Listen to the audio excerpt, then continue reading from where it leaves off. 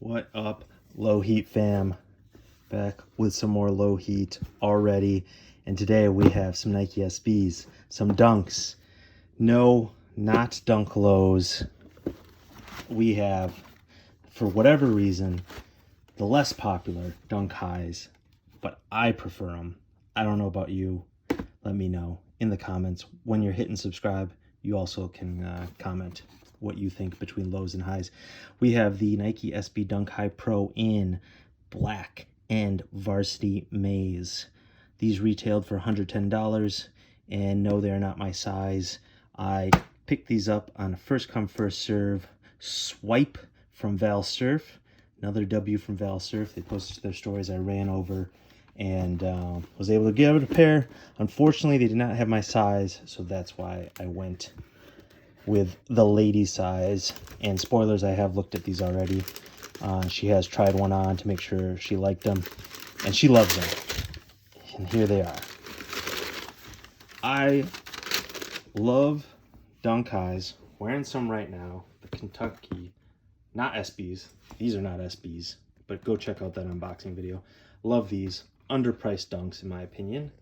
You can get them for around $200, maybe under, depending on your size.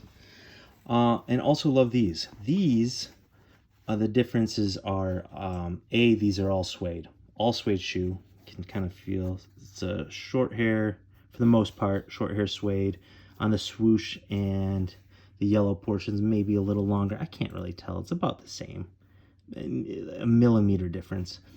But the tongues are the difference on SBs. That's one of the main differences. This is nylon and thin. This is a meshed nylon and a little thicker, more padding, especially on the inside. You can tell, definitely more padding on the inside. This has that mesh nylon on the inside, whereas this has a softer cloth, terry cloth to it. And then also the sole, the cushioning uses Zoom Air, whereas kind of classic Dunks don't use any sort of Zoom Air technology. So these are like mildly more comfortable. To be honest, I can't really tell the difference with Zoom Air soles and cushioning. Can you guys? That's another thing to let me know in the comments. Can you tell the difference between Zoom Air cushioning? I can't really. I mean, probably is mildly more comfortable. But I don't notice much. These are just flat, non-cushiony soles for the most part, and after a while, your foot starts to get, a little uncomfortable. Anyways, back to these. These are the reverse Goldenrod. They're kind of being dubbed, kind of the reverse Iowa colorway, Hawkeye Dunk colorway, but I really like these. You got your black sole on the bottom, yellow hit, and then this color blocking on top. You can't go wrong with. I think these go with pretty much everything. Go with blue jeans, go with black pants.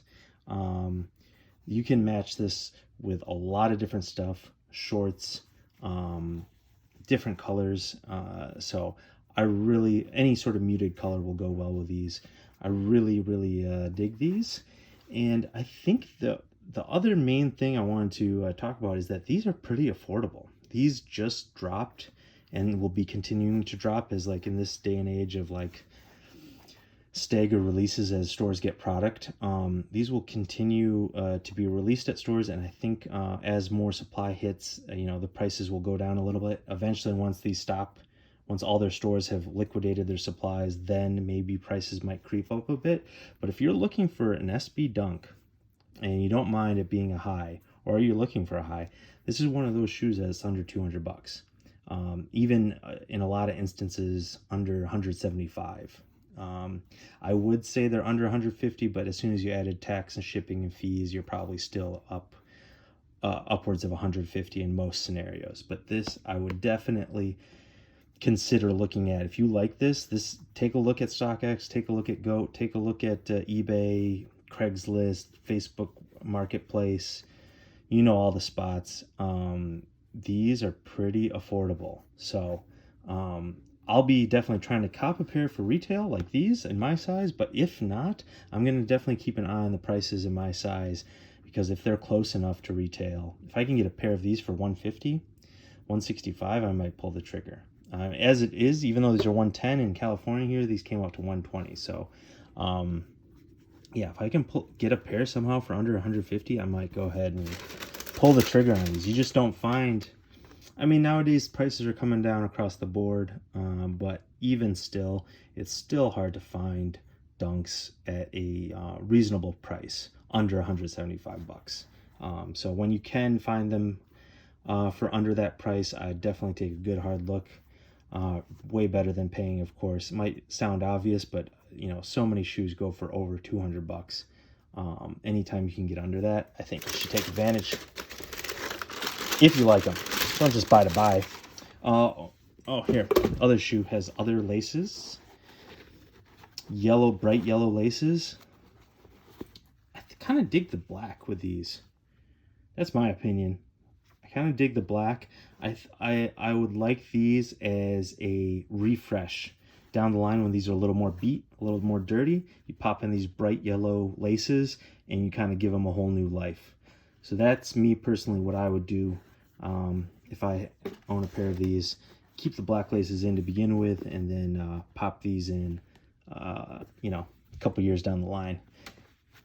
Add some vibrancy to them. Add some new life. But let me know what you think of these. Will you be copping?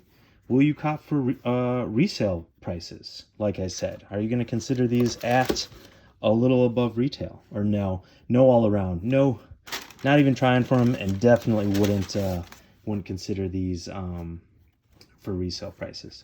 Let me know in the comments, and if you could drop me a subscribe, that'd be dope. See you soon with some more sneakers.